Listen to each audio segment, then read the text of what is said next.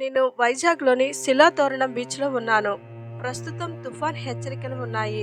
సముద్రం ఒడ్డున అరుదైన ఆలివ్ రీడ్ తాబేళ్లు చనిపోయి ఉన్నాయి.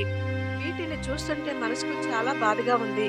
ఇవి తుఫాను వలన రాళ్లలో ఇరుక్కుని చనిపోయాయా, లేక కాలుష్యం వల్ల చనిపోయాయా, లేక మరబోట్ల బ్లేడులు తగిలి చనిపోయాయా అనే విషయం తెలియట్లేదు. సముద్రం తాబేళ్లు 7 జాతులు ఉంటాయి. Flatback, green, hawksbill, leatherback, loggerhead, Kemp's ridley, olive ridley అనే 7 జాతుల తాబేళ్లు సముద్రంలో జీవిస్తాయి. అందులో అరుదైనవి ఆలివ్ రీడ్ తాబేళ్లు. ఇవి అంతరించిపోయే జాబితాలో ఉన్నాయి. ఈ తాబేళ్లు 70 సంవత్సరాల నుండి 150 సంవత్సరాలు జీవిస్తాయి. ఇవి ఎక్కువగా ఫిబ్రవరిలో గుడ్లు పెడతాయి. ఒక్కొక్క తాబేలు 100 గుడ్ల వరకు పెడతాయి. ఇవి గుడ్లు పెట్టే సమయం 3 గంటల సమయం పడుతుంది. ఇవి ఎక్కువగా రాత్రులు మాత్రమే గుడ్లు పెడతాయి. గుడ్లు పొదిగి పిల్లలు బయటకు రావాలి అంటే 45 నుండి 60 రోజులు పడుతుంది.